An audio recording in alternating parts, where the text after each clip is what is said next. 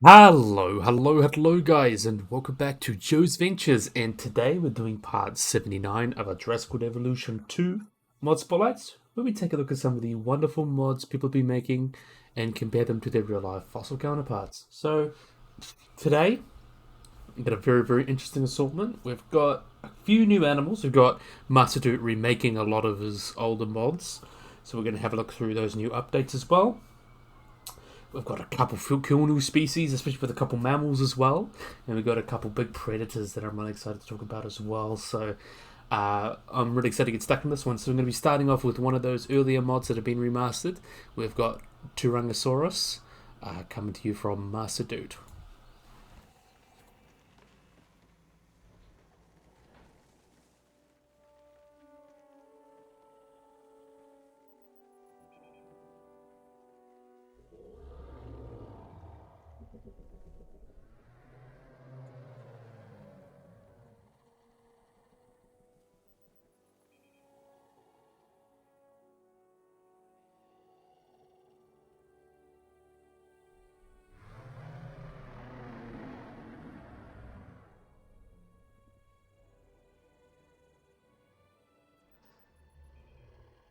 So this is the wonderful Tyrannosaurus.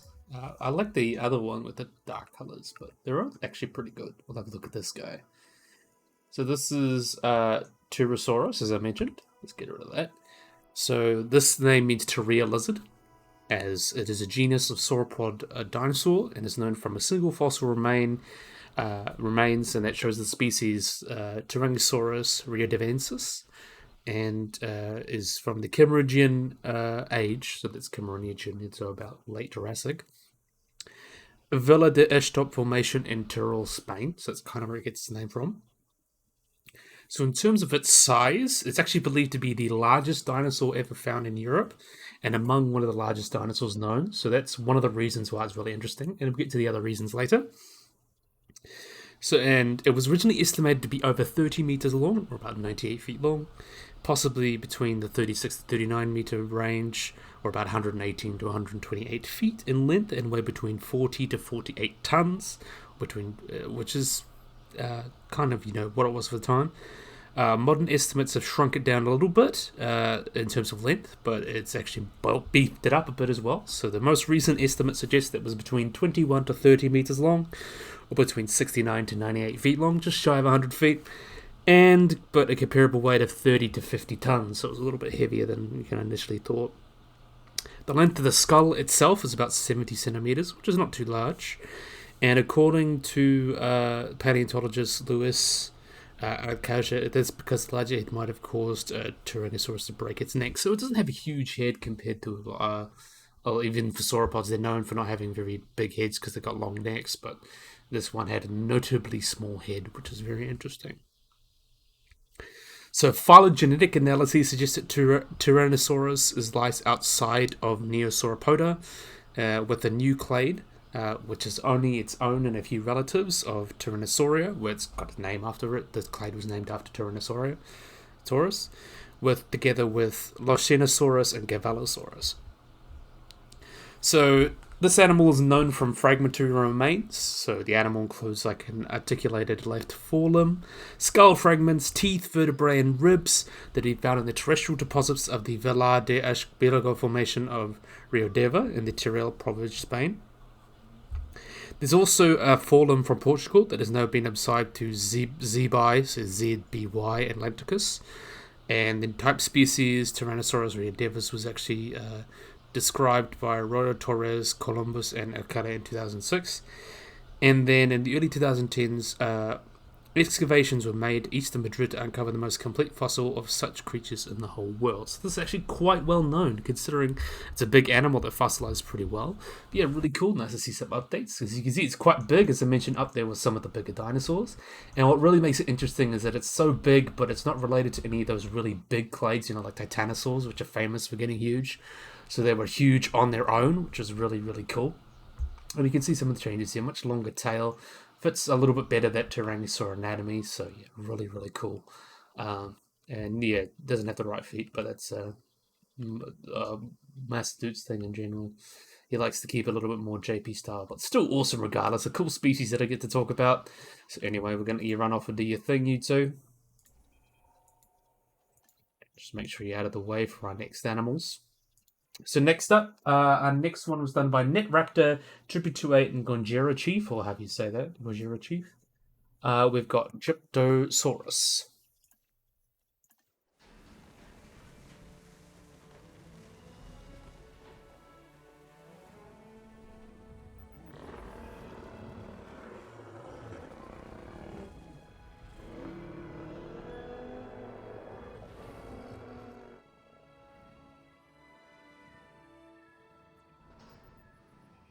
This is a cool guy. I especially love that red one over there. I just love the color red.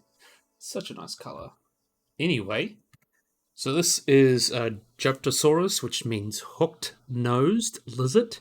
Sometimes translated to as griffin lizard, but it's not accurate. It's the hooked-nosed lizard.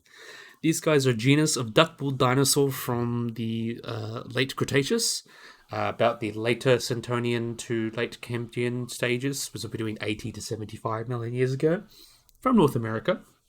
It's known from the Dinosaur Park Formation in Canada and two formations in the United States, the Lower Two Medicine in Montana and the Counterparts Formation in Utah. And there's actually a possible specimen from the Javelina Formation in Texas that actually suggests that this genus, or may not be the species, but maybe this genus made it till the end of the Cretaceous about 66 million years ago. It's quite interesting. It is quite similar to Cretasaurus, and the two were actually considered to be the same for a while, but it is quite well known. So they actually, the easiest way to distinguish them from other duckbills is that really arching nose horn, as you can see. That almost looks like a Roman nose, and it's been used, which may have been used for identification or potentially combat. And these guys got quite big. They were quite big herbivores, about 8 meters long, and preferred some of these riverine settings. So Gyptosaurus was based on a specimen in National MC or NMC 2278, which is a skull and partial skeleton that was found in 1913 by George of Sternberg from what is now the Dinosaur Park Formation and along Red Deer River. A specimen was described and named after by Lawrence Lombe, and Lombe drew the attention to its weird crest. And then a few years earlier, Barnum Brown had just found a similar skull and named it Crinosaurus. And the skull was missing certain fragments, and then reconstructed it based off what the intestines looked like, and believed that some of the usual pieces would have been, because of compression. And then the description of Gyptosaurus actually had skull had been redone, and proposed that these guys, Cretasaurus and Dinosaurs, were the same, and the idea was referred to as they were kind of lumped together. And then in 1942, they made the monograph, sealed the debate in question for nearly 50 years in favour of the Cretasaurus. However, then it was reviewed again in the 1990s that called in question of the species Cretasaurus navajoensis, which was a limited material compared to other duckbills, and then thus had to be separated again, at least temporarily, from Cretasaurus, so it may be its own thing. The situation actually made more confusing by old suggestions such as Jack Horner that Hadrosaurus be the same as Gyptosaurus, and its kind of taxonomy being taxonomy as well.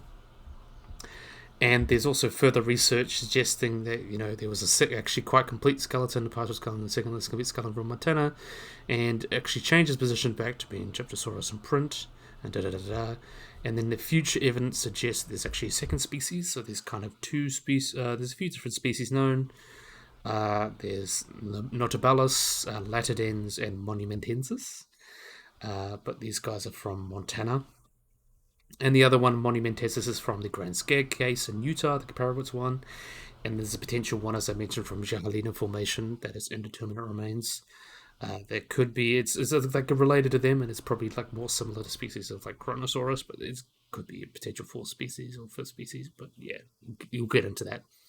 So there is potentially, as of 2016, about 3 different species of the recognized Velataxa: Nobilis, Latidens, and Monumentensis. The type species Nobilis comes from Dinosaur Park Formation, and now sort of another species of like Cretasaurus and Cumensis, maybe in a synonym of Nobilis. And the main differences is because of their large arch and the form of their kind of upper. So these guys have much more closer to the eye. So these guys, their nasal arch is closer to the eye and larger. And from the upper jaw, The upper arm is longer than more robust than the other species, so that's one way to tell them apart, but they've been lumped together. And there's been 10 complete skulls and 12 fragmentary skulls of the Genobilus with prostcrania, so it is quite well known. And at least the two specimens that have been assigned to Lymphocumensis, so lumping being lumpy. Latidens is from the Two Medicine Formation on Montana, and is known from some individuals, for partial skeletons from several individuals, as those arch is actually far forward in the snout, and has like a lot more less derived, more iguanodon like characteristics.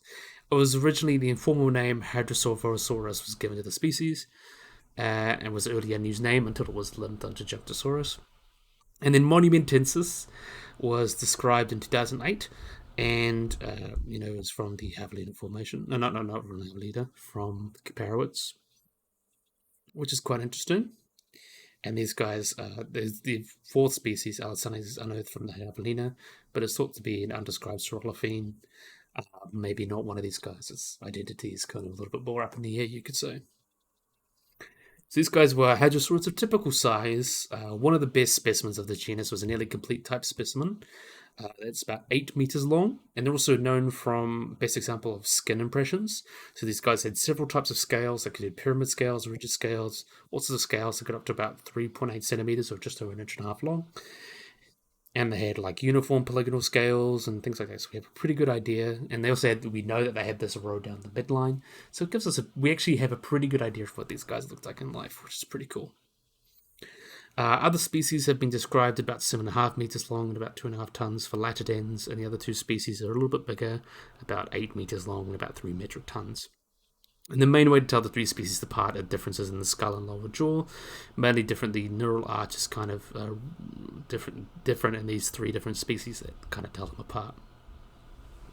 So these guys are a Saurophine, or Hadrosaurian in other references, so they remember the duck-billed dinosaurs, and they're in a group, they're closely related to Crotinosaurus, and animals like Aphilorinus and Sucrinosaurus. If you guys see Prehistoric Planet, you know these guys.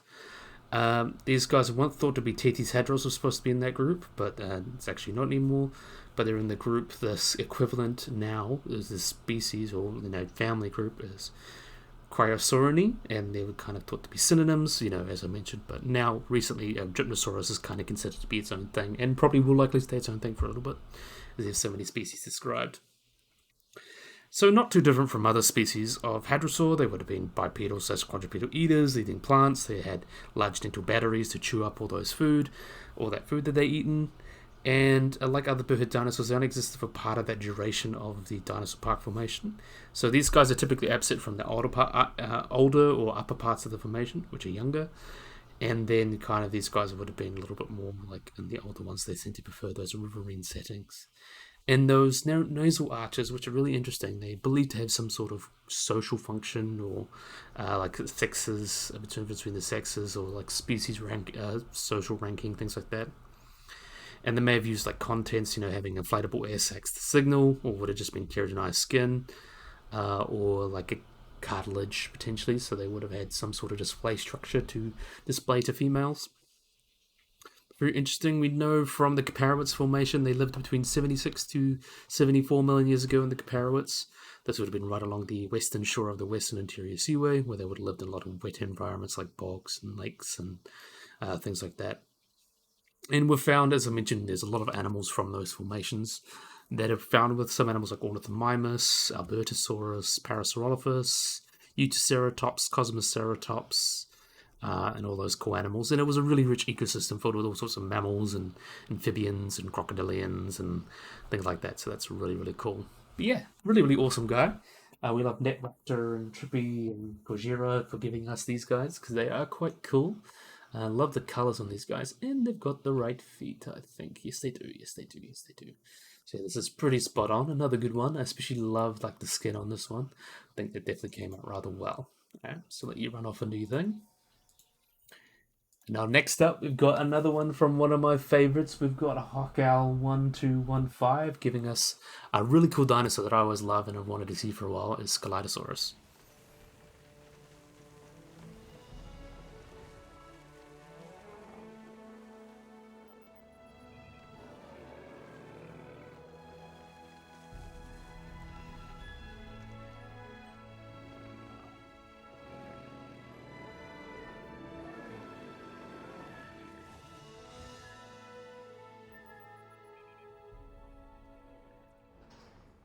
I know that one's a little bit weird, but it's just because of the rig edits, I guess. But we can have a look at this guy. Oh, look how pretty he is. So this is Kaleidosaurus, which is intended meaning was limb lizard, which like comes from the Greek skalexis, which means rib of beef, and saurus meaning lizard. These guys were a herbivorous ornithischian dinosaur that were armored, as you can see, from the Jurassic of England.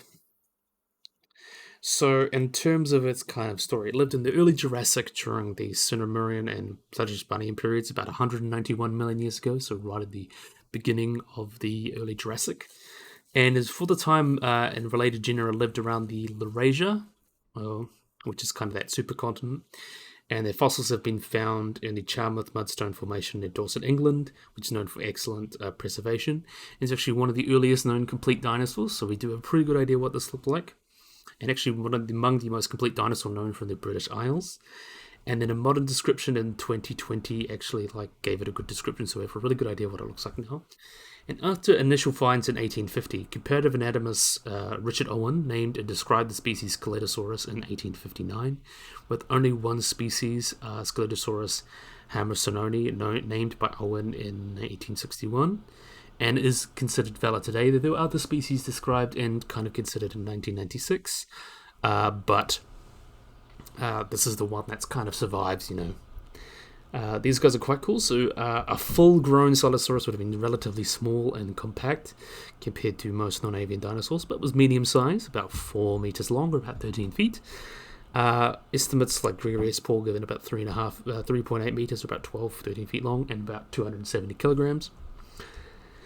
And a lot of debate kind of went back and forth whether it was quadruped or biped, but these guys seem to have been more quadrupedal, with the hind limbs being longer than the forelimbs, and they may have reared up, to forage on trees and things, but they would have spent most of the time mostly walking around on 2 legs. That's what it seems. Though there is trackways that showed that they may have walked around bipedally, so they may have actually just be switched between the two pretty much whenever they like. But yeah, really, really cool guys. One of the really cool, interesting characteristics as well as their skull, as you can kind of see here. So the skull was about 20 centimeters long, but elongated, and actually was quite similar to those of other ornithischians, which is quite interesting. And they also noted they have a fused parietal bone, which is quite interesting as well. And you can kind of see how very interesting it looks. They would have had keratinous plates around their frontal bones and things like that, like bottom turtles. And you can also see they've got this little bit of almost like a goat horn going on around there. It looks kind of cute. I think it makes it look actually rather adorable. But yeah, I love the detail in this mod. It looks so good. But the postcranial skeleton is quite well known. This has contained at least 6 neck vertebrae or cervical vertebrae, 17 dorsal vertebrae, 4 sacral vertebrae, and at least 35 tail vertebrae. And the scapula, as you can see, is moderately extended, and things like that, all that good stuff. And one of the most obvious features you can see on the skin is the armor, and that tells us a little bit what they're related to. So these guys would have been covered in bony osteoderms or scutes that were arranged kind of in horizontal rows along the body, similar to crocodilians, armadillos, and some lizard species. And the osteoderms were arranged in size, so most of the smaller or large oval plates had a high keel on the outside, with the highest point being the most rear. Some were small and some were hollowed out from the inside. Really just depends on the body. And these guys actually had kind of more conical kind of osteoderms compared to the more bladoid ones of Scelidosaurus. And because these guys have 2 rows of present, they had 4 rows of scutes along the midline, and you can see there's different ones here, come more squarish around there, so you can see 1, 2, 3, 4, and they kind of had that down there as well. The neck had each size of 2 rows of large scutes, and you can see they're kind of very large and plate-like, so this probably would have helped protect the neck from anything, anything tried to bite it. And these would have been connected by tendons to the rear joint processes, the posozygopies, if you say that, on the vertebrae. And these scutes were larger than those in the vertebrae and kind of distinguished with the rear. And then they had potentially had an array of kind of, you can see these vertical osteoderms on the arms, which is quite interesting. And compared to later Ankylosaurs, these guys are considered light armored, but you can see they're almost on their way to doing that. Some of the later specimens actually show partly different osteoderms, including scutes, where the keel is almost like a thorn or a spike. These specimens have little horns in the rear corner compared to the squamosal bone. And there actually have been skin impressions found of these guys as well that suggest they had skin that were like between the bony scutes. They had overlapped scales, kind of like a Gila monster, and you can kind of see that represented here. And being very, these were between the large scutes, they were very small. There were almost like 4 glandulars of bone in these guys. And these small scutes may develop into larger scutes and then fusing into these motile osteodermal plates of armor that's seen in later ankylosaurs. So I mentioned it was the naming and things like that. During the 1850s, it was found by James Harrison in Chartworth and West Dorset of England in the black vein of the Lyme Regis, and it was kind of taken out of cement. And then Richard Owen kind of took it and described it, which is quite interesting. Then British paleontologist Dave Bruce Norman has stressed how remarkable it is and has proposed that dinosaurs were actively quadrupedal animals, and this guy was actually evidence that they may have been more, running around on 2 legs. And this would have helped the hypothesis, of, Archaeopteryx being a dinosaur as well. So that was kind of an idea that we think is new, but it was actually proposed as early as then. They don't indicate really a holotype, and then they kind of had to go and find one. And then there's new specimens that have been found and attributed to this guy. And luckily, it's actually known from pretty complete remains now. We do have a pretty good idea of what they look like. And there's been a few new remains found, and other species have been described. There was one species, Oralini, that was described, but then was kind of lumped back into the group. So there's been a couple other species trying to be described, but they kind of ultimately got put back in the fold, of Harrisononi. So they were placed in the group Dinosauria in 1861 by Owen, and they didn't know exactly where they're placed. They are definitely an Ornithischian, though, and they are considered one of the oldest at the time. And as we kind of went back and looking about where these guys are related to, the most recent phylogenetics suggest these guys were kind of in Thyreophora, which is the group that includes stegosaurs and ankylosaurs, and suggests they were kind of between stegosaurs and ankylosaurs. So there's animals like Stegosaurus would have been a little more basal, then you have like Scelidosaurus and Amanosaurus, then these guys would have been kind of in between that. And fossils of Thyreophorans less basal or more rare. There's Scelidosaurus, which is found to be definite biped, and there have been some other ones this can suggest, but the exact relationships between these guys and other, early Thyreophorans is not known. We don't know exactly where it is, but it's likely more ankylosaur than more stegosaur, but it's still quite basal, so we really don't know where to tell, pretty much. But we know from these guys would have been herbivores. They had teeth that were capable of very leaf-shaped teeth to eat plants. And they do have a head that's more stegosaurian compared to your typical really wide ankylosaur head, maybe more like a nodosaur. So these guys may have been more selective feeders, so they would have eaten more high quality fodder and eating a lot of that stuff as well. And in a lot of aspects, they actually did resemble stegosaurs in terms of their jaws. So that shows that early Thyreophorans may have had been a little bit more stegosaur-like, which is quite interesting. Yeah, really, really cool. So you can see some wonderful patterns in the texture that is on this guy. So Hockel, always kills it with these mods. How could you not love these mods? And they do actually run around. Oh, I love this one. They do actually run around on 2 legs, if you get the chance to see it. But I don't think we will, but they can run around on 2 legs. So you can see them walking around here. When they get spooked, they will come up and run on 2 legs, which is probably pretty accurate considering to what fossils and trackway evidence we have. But yeah, really, really cool. Another banger by Hockel1215. So now we're going to be moving on to, very interestingly, we're going to see a couple mammals now. So we're going to have a look at Basilosaurus by Master Dude.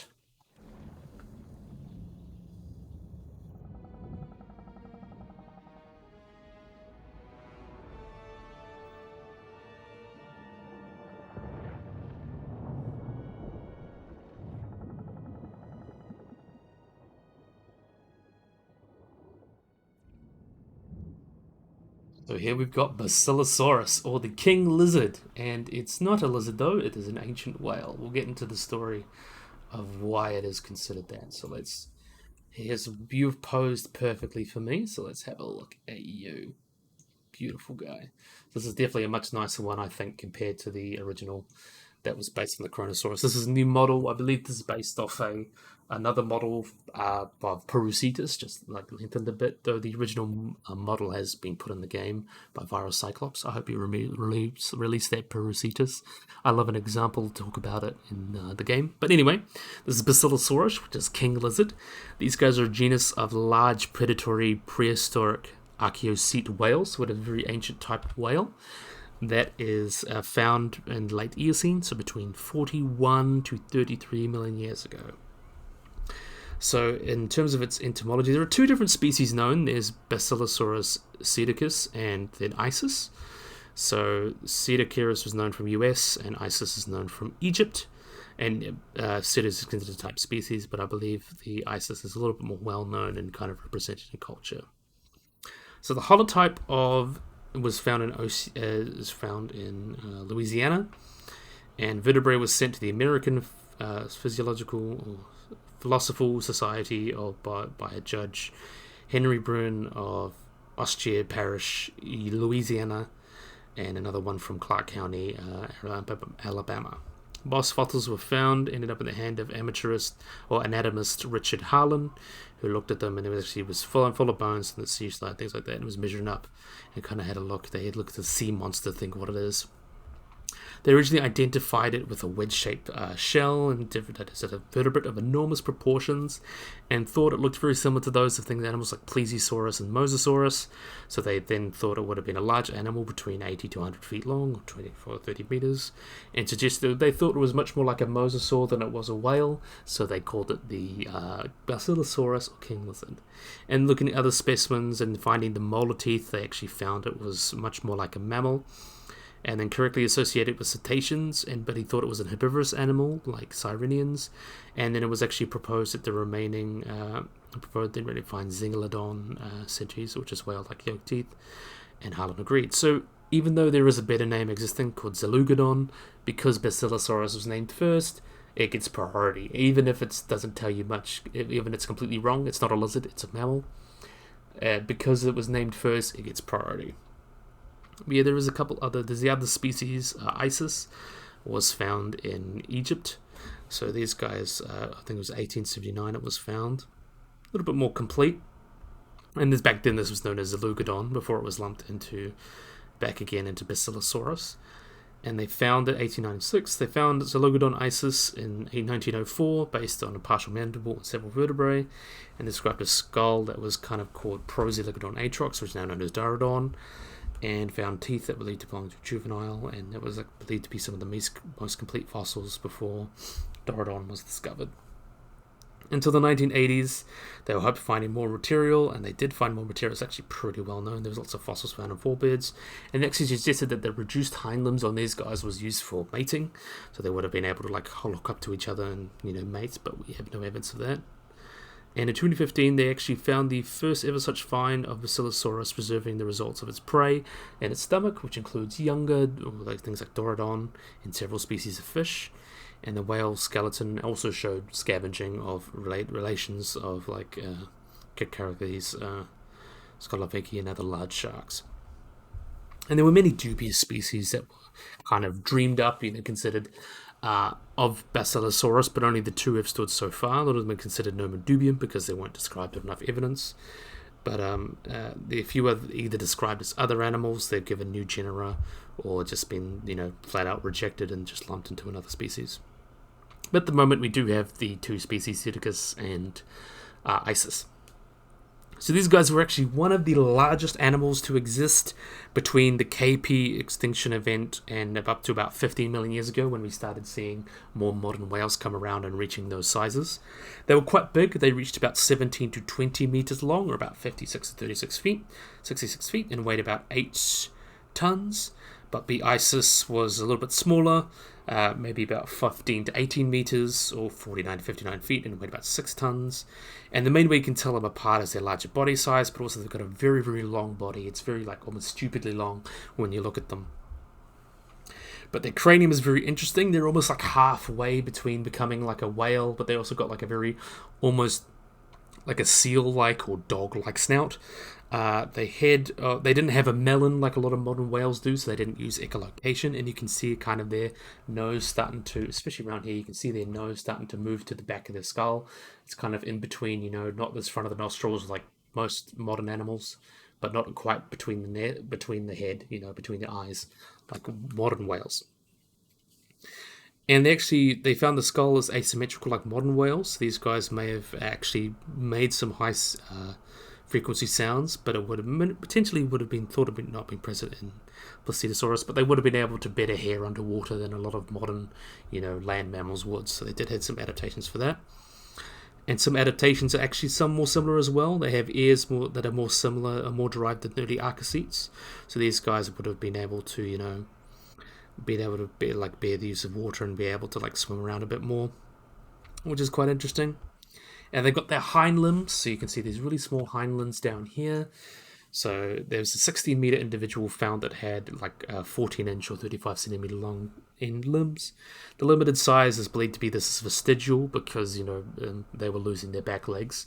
We still find them in modern whales today. They're often hidden under layers of muscle and blubber and things like that, and they're actually considered to be vestigial, but also quite important for holding the muscles for a lot of pelvic muscles and things like that that they need. But another hypothesis suggests that they would have used these as spurs to be able to almost like snakes, and be able to hold the mate during mating, which is probably not true, but it's another interesting hypothesis. And they would have essentially having such a long body would have been interesting. And we actually do have very interesting information. They didn't swim very much like modern whales at all.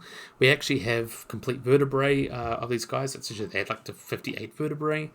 And so we have a pretty good idea of how long these guys were. Even Sun had 70 vertebrae. They had lots of, caudal vertebrae and, things like that, which is quite cool. And what really makes them interesting as well, they believe to have more like an eel-like swimming, so anguilliform. That means they would have swum very eel-like, very much like waving through the water. And this is because the elongation of the center of the thoracic through the anterior caudal vertebrae, so they would have liked that. In life, they would have been full of marrow, and because of this enlarged size, it would have made them buoyant. And they probably swam primarily two directions on the sea surface, in contrast to smaller Daedon that may have lived in three-dimensional ones. And also, the skeletal anatomy suggests a small fluke. That fluke might be a little bit more derived than it should be, but yeah, the fluke makes sense for these guys. But yeah, all those anatomies suggest they would have swum a lot like eels. Not side to side like an eel, but very much anguilliform, so very much like a wave pattern. Not like a little bit less, more like typical how whales or even tuna swim with very much tail. There's a lot of body movement in the swing, so it's almost like a sea serpent, which is really interesting. And they actually suggest that these guys would have been in a very odd, horizontal anguilliform fashion, which is something unlike, modern cetaceans, so they would have swum very differently. And judging from these weak axial muscles, they would not have been able to swim deep diving and things like that. They would have seemed a little bit more like seals in that way. They weren't that much deep divers or sustained swimming, but they probably could still get around with a lot because even elephant seals are great divers today. But yeah, we'll carry on with more about their ecology. They do have quite a complex morphology. And the estimated bite force suggests these guys would have a bite force of at least 16,000 newtons and potentially even over 20,000 newtons. So they would have been very strong. And as we mentioned, we found the contents of their stomachs. They would have eaten fish and large sharks, so they would have been macropredators, not baleen whales, not like baleen whales. And Dodornon is actually matched with the detection of the isis, suggesting these guys would have the dietary difference between the two species were found in different populations. So it's believed to be that isis was a little bit more marine mammal eater. I think Cetacles would have been a little bit more of a fish eater, but I think it actually might be the reverse. But they might have been just like modern whales, or killer whales. Certain populations and species may have had different preferences. And they're believed to be active predators, as they've been able to hunt. They would have hunted newborn and juvenile Dorodon and eat these large animals, which is quite interesting.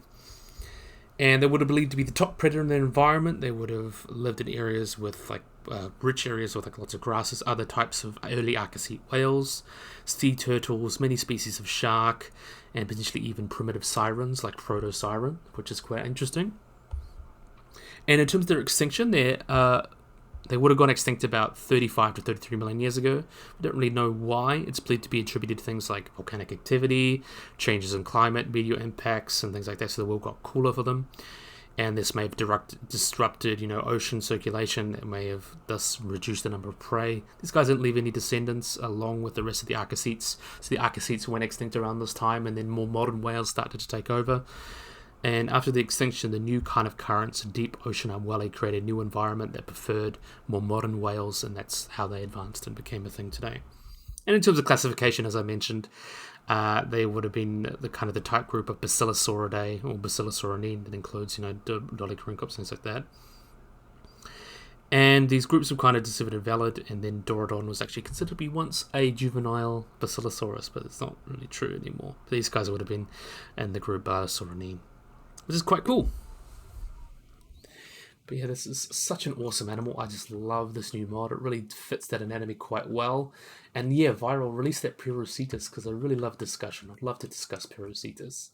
Very interesting animals. Toaded is one of the biggest, animals of all time, potentially outcompeting blue whales in terms of size. But it got recently downsized, and it's still like 70 tons, 60, 70 tons. That's comparable to like some of the other larger whales. Just not as big as a blue whale, I guess, but still huge. But yeah, and a close relative of this guy. They were both archaeocete whales. But yeah, awesome. Love this mod. Definitely a good one. So we're going to let them swim off and do their thing. No, wait. We're going to have a look. So this comes with a new skin as well. That's been updated as well. It's got the orca skin.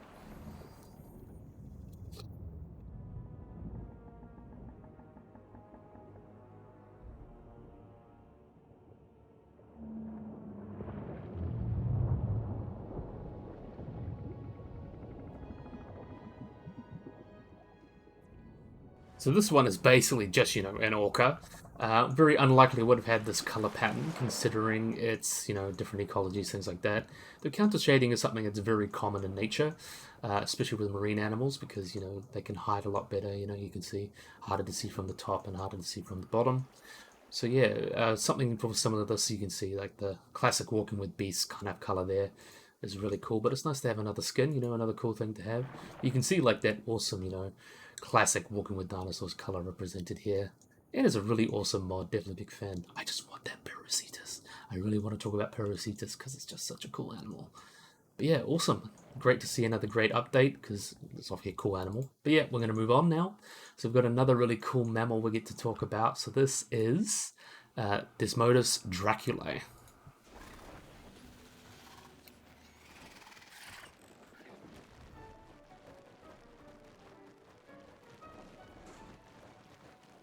This is a funny little guy. Let's see if we can get him in a good light. So this is, as I mentioned, yeah. So this is an extinct species of vampire bat. So it is closely related to the modern vampire bat that lived in Central and South America during the Pleistocene and potentially into the Holocene. It's not too different from your modern bats. It's about 30% larger than its living relative, the common vampire bat, or Desmodus rotundus. And fossils of these guys have been found in Argentina, Mexico, Ecuador, Brazil, Venezuela, Belize, and Bolivia.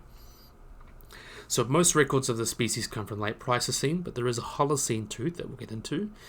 And we'll get into this very interesting that we'll talk about. It's potentially lasted a lot longer than we've thought, so we'll get into that.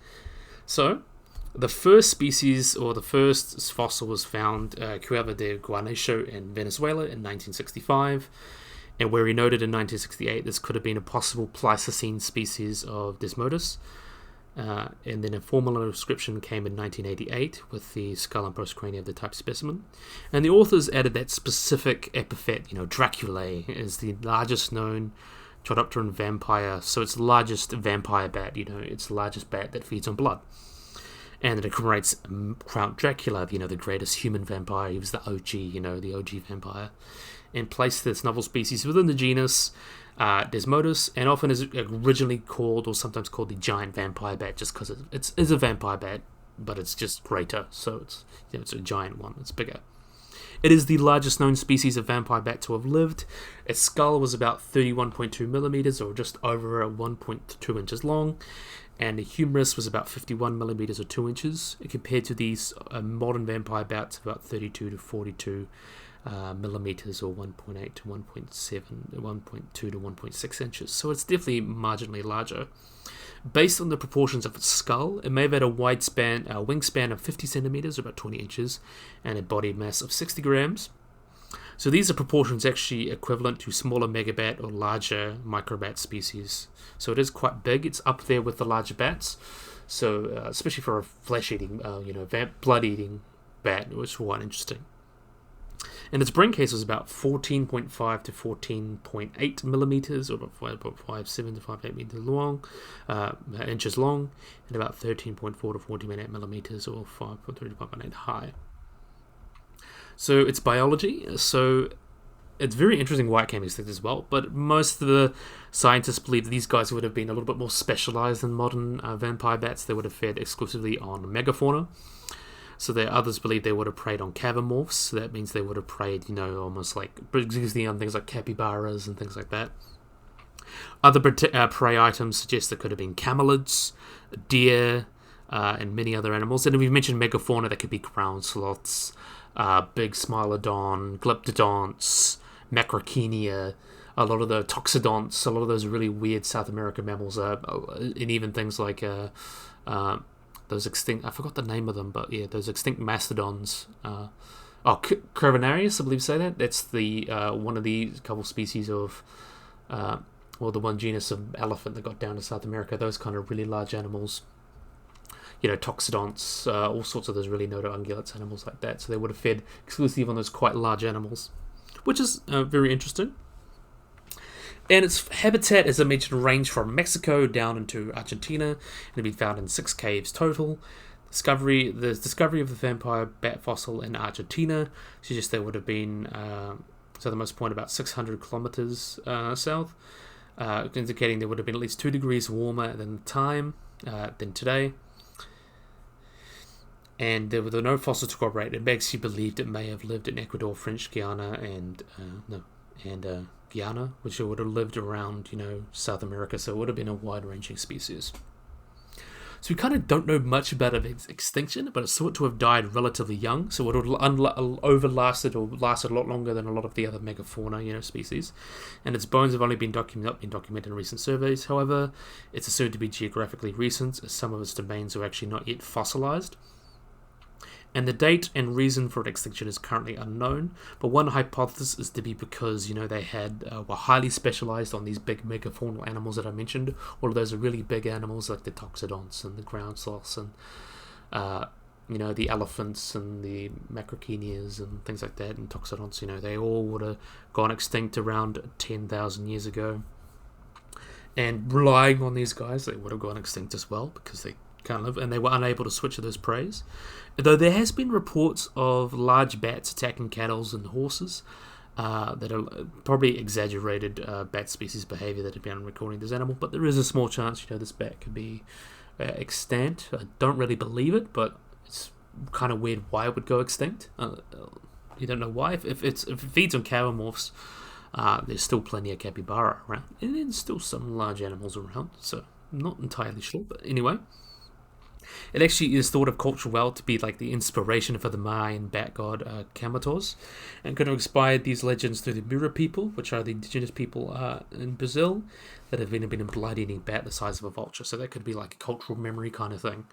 But yeah, very interesting animal. There is evidence of it suggesting living into the Holocene, so it's very possible maybe there could be some around, eating, living off some tapirs and stuff in the middle of the Amazon. Yeah, it would be very interesting to see, but I doubt it. But, it's one of those cool things. I'm always a fan of those lost species things. The search for lost species is one of my favorites. I love following, like, the big puma fungus and other bats, and not bats, but other animals that have been found, like the Attenborough's long-beaked echidna. I should probably do, like, some videos on that, but I won't. But, yeah, cool. Really cool species. This was done by Jojo Chess, who did that. Really, really awesome one. I love seeing these kind of obscure species, and we just got some mammals. Fits perfectly. We've got a decent sized bat, and really the only pretty big, decently extinct bat probably that's in recent memory. So yeah, it's cool to see some mammals. I cannot love it. So next up, we're going to be moving on to another Master Doot mod. We've got another couple of Master Doot mods. So we're going to have a look at this one is Dinosauria and Gorgosaurus.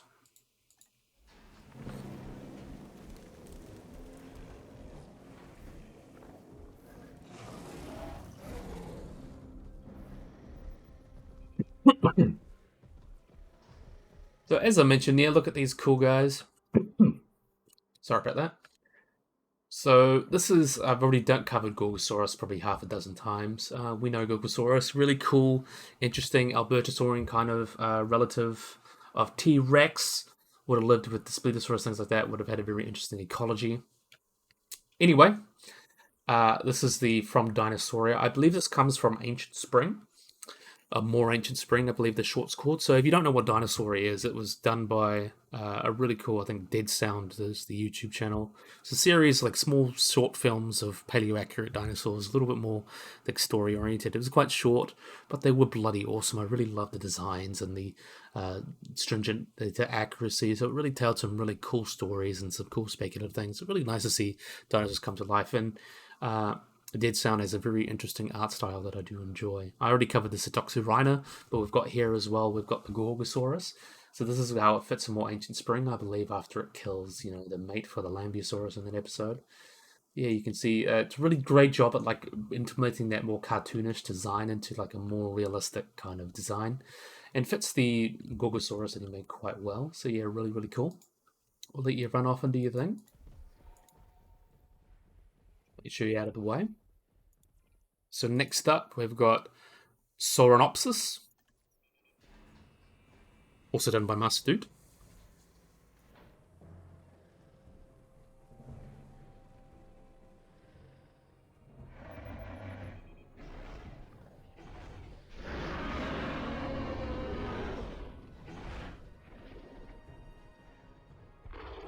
So this one's a great example of how much of a nerd often paleontologists are when they name things. So I've got here, very, very cool. So this is a controversial, but still cool, genus of basal Carcharodontosauride known from the late Cretaceous or Cenomanian stage of the Garasiba Formation, and possibly from the Kemkem beds, which is both Morocco. And they're currently only known from the single species Sauronopus platitholus. So in the early 21st century, there was a dinosaur collector that had a bone in the Italian Museum Mesopotamia, Delhi, and it acquired the specimen from a Moroccan dealer who had poached it and bought it from local hunters near Toulouse. Therefore, its exact location is uncertain, but it was described in 2012 by Andrew Cowell, Fabio Marco, Danny Vicia, and Matteo Fabani. And then the same year, in 2012, the specimen was by the same authors named in subsequent publication by the type species Sauronops pachytholus. The generic name comes from the Eye of Sauron, a powerful entity in Lord of the Rings. It was done by J.R.R. Tolkien, and is actually combining his name with the classic Greek ops, which is eye. And like the novels, it's like this corneal process in Sauron has largely been limited to a single searching eye, and this guy is only really found by the the bones around the orbit, so it's kind of fitting, really, really cool. And its name, species name, comes from Pachytholus, which basically means round building with conical roof, into its thick veiled skull root. So it's not really known for much. I don't know why we should be naming new species just why little bones bite like that, but still a cool name regardless. It fits pretty well. The holotype is found and probably recovered from the Garashiba Formation in the Kemkem group from the lower Cenomanian and contains a left frontal bone, so that's pretty much all it's known from. Then in 2019, they were considered Osteoporosa genentia from the Kemkem Formation to be a synonym of the species. And then later in 2020, it was actually suggested to be a synonym of Carcharodontosaurus saharanensis. And then a 2022 study actually considered it a synonym of Carcharodontosaurus. Though most of its shared features, they reevaluated it. And at the moment, it is kind of considered its own thing. It was considered as lumped into Carcharodontosaurus, but now it's considered its own thing again. So being a Carcharodontosaurid is a large bipedal predator, and they describe several unique traits on the frontal bone that is different from the frontal bone of Carcharodontosaurus, which are found in the same layers. Very minor differences, but enough for a paleontologist to say this is not the same thing. And the holotype was actually originally believed to be belonging to a derived member of Carcharodontosauridae. Then a more extensive cladistic analysis that actually suggested its sister to Eocarchara, and actually shows more convergent, convergent evolution with Abelisaurids. So it's definitely something kind of unique, and suggests it may be more basal. So it may be a little bit older than we thought, so it's not that closely related to, as I mentioned, Carcharodontosaurus, and more closely related to things like Eocarchara and Neovenator. And you can see it's also got a little bit of Concavenator going on with it. It's got a little bit of, sail going on. I love this design. I think it's quite cool. The majority of studies suggest these guys are Carcharodontosaurus, closely related to Eocarchara. In 2024, they found it was clade with Eocarchara, as well as some other basal Carcharodontosaurids, such as Vicipurosaurus, Lucivenator, and Concavenator. So it's said to be quite young, which is quite interesting. So yeah, which is really interesting as well. I'll go have a look in the genome library. We'll go have a look at Sauronopus. Where is it? There we are. So let's have a look at the genome. So you can see here, it's got two favorite ones. I put the different species, Eye of Sauron and Mordor. So the two different main kind of skins. Let's have a look. So this one, I believe, is the Eye of Sauron. Let's have a look at it. Yeah, no, this is Mordor. So you can see that really nice color there. I really like these two skins because I love the use of red. Red is one of my favorite colors, so I really love seeing it. And this one is Eye of Sauron. So you can kind of see the colors there. And you also got your basic colors, the ones that switch, but these are the main cosmetic ones. Looks really, really interesting. Definitely a big fan. So yeah, we're going to let you run off, do your thing. Another banger from Master Dude. And next one, this is one I've wanted to talk about for a while. This is a relatively new species, or new genera described. This is by Waffalo. We've got Megaraxes.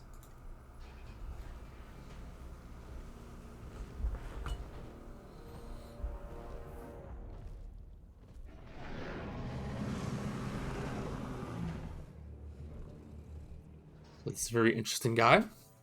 So these guys, this guy is a very, very large, you can see, very similar to Dinosaurs. This is a large Carcharodontosaurid theropod that comes from the Hinku Formation. So it's the same formation as Giganotosaurus, but they, as I'll get to, they are a little bit different. From Patagonia, Argentina, and is named the single species Meraxes gigas. So the holotype was found in 2012, known from a nearly complete skull, pectoral and pelvic elements, partial forelimbs, complete hind limb, fragmentary ribs and cervical vertebrae, and things like that. So it's quite well known. It actually represents the most complete Carcharodontid skeleton from the southern hemisphere. And the species was referred to as the Campas Carcharodontosaurid before it was described in 2022. So it was first described in 2022, as I mentioned, by Kani et al., based on these remains, and was given the name Meraxes, based off a dragon ridden by Queen Rhaenyra Targaryen in The Song of Ice and Fire, as part of Game of Thrones. And the species name Gigas just means giant, so it's basically just giant Game of Thrones dragon. That's what its name. I'm not personally a big fan of those fantasy series, but still a cool name. It fits.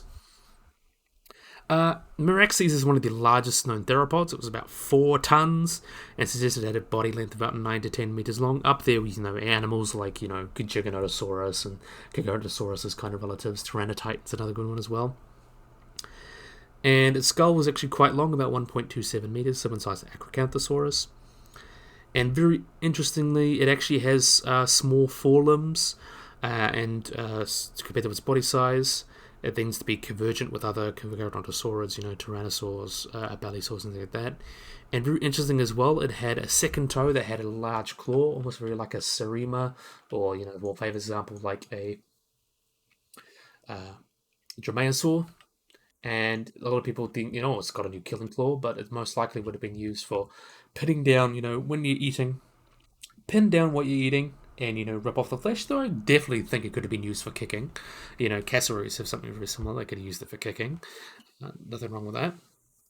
Very interesting as well. There's lots of research looking at the bones of this individual and kind of found its age. So the individual was said to be between 39 and 53 years old when it died, reaching skeletal maturity about 4 years before it died, between 35 and 49 years old, which actually makes it the longest living non-avian theropod currently known. So it lived for about 50 years, or a little over 50 years potentially, which is very interesting because animals like Tyrannosaurus would have lived a lot shorter. Like some of their estimates suggest they would have lived up to about 30 years. So this guy's lived a little bit longer, which is very interesting. And Megaraxes is also determined to grow to a large size by extending its growth period rather than increasing its growth rate. though animals like Tyrannosaurus would have done. So these guys would have just got bigger by growing for longer instead of growing faster like Tyrannosaurus would have done. So that's quite interesting. So some research looking into these guys actually suggests it was one of the earliest diverging members of the Gigantosauridae within Carcharodontosauridae. So it's basically close relative animals such as Giganotosaurus, Mapusaurus, and Tyrannotitan, and the earliest member of that group.